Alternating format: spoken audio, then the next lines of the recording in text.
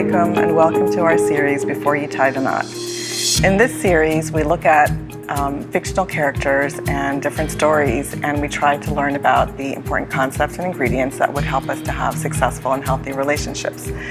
Today we're going to learn from Sarah and Sami, a young couple who quickly discovered that they grew apart in their marriage. Sarah and Sami were raised in similar backgrounds. Their families observed the basic pillars of Islam while also enjoying many cultural practices and traditions. As Sarah became more knowledgeable about Islam through some of her friends in graduate school, she wanted to spend her free time going to classes in the mosque instead of playing cards or going to dinner parties. Sami missed the fun times he had with his wife, but he was not really interested in going to the mosque. Before long, they realized they had grown apart. In an effort to save their marriage, the couple decided to focus on what they still shared in common: basic Islamic practice, their children, and their love for each other. And they decided to each compromise a little so they could share activities that the other person enjoyed. So Sarah agreed to have fun with Sami one night of the week, and he agreed to attend a couple of classes with her. So Sarah and Sami actually have a very common problem, and that is that people realize that their interests may not be in line with each other. The other problem is a misconception that if you're really religious, you can't have fun at all. And so we've heard Imam Magid often tell us that you don't have to be a super serious person to be a good Muslim. And if we look at the model of the Prophet ﷺ, he obviously had the most important job ever, being the Prophet.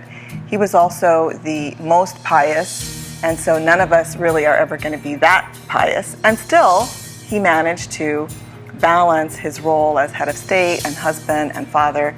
And he was also very playful with his wives, and we know that he had a sense of humor, and he raced with Aisha. And we have, subhanAllah, documentation when they raced earlier in their marriage, she beat him. And when they raced later in their marriage, he beat her. And so, we don't know how many times they raced, but we know that they were playful with each other.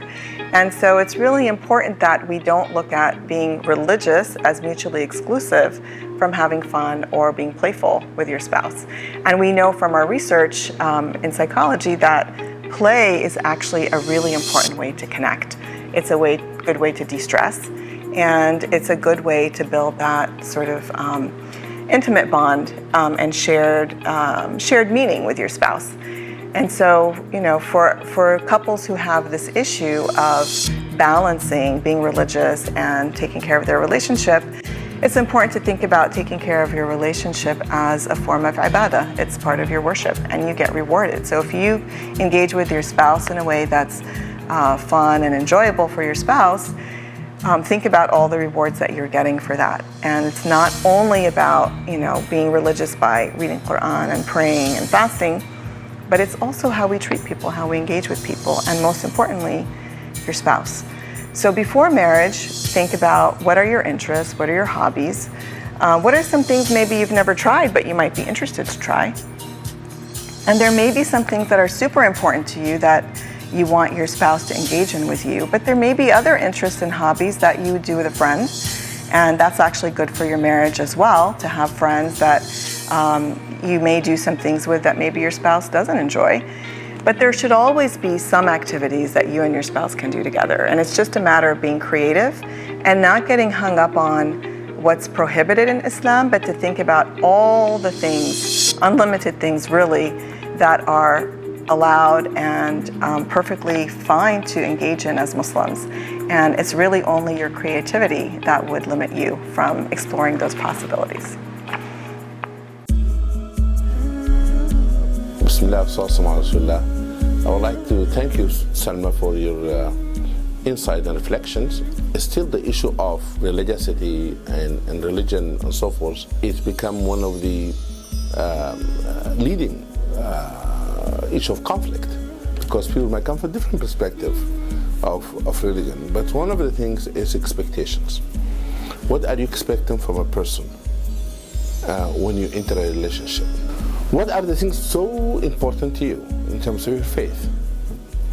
Therefore, you can see in the story that the perspective of religiosity, the one person wants to study more of Islam, the other person not necessarily. But they come to a compromise. The compromise is that maybe let us stick to the basics. And that's fine. But I would like just to say that be careful not to use religion as a form of control.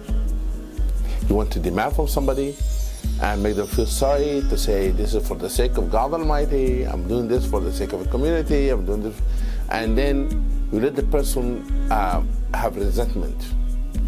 And that resentment can lead to really a serious problem in marriage, because it piles up.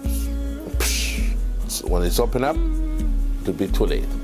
Therefore, you have to remember that part of being religious or being gentle, being considerate in the way of practicing Islam.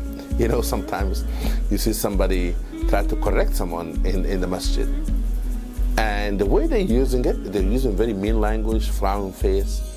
Therefore, they might be correct what they try to convey, but the way they convey it is wrong. Therefore, if a person really cares about the Sunnah, then you have to have the Sunnah approach, Sunnah methodology of practicing Islam. And therefore, you have to take in consideration where your husband or spouse come from, and to try to put yourself on their shoes. And you have to remember, change takes place gradually. It's not over sudden, not overnight.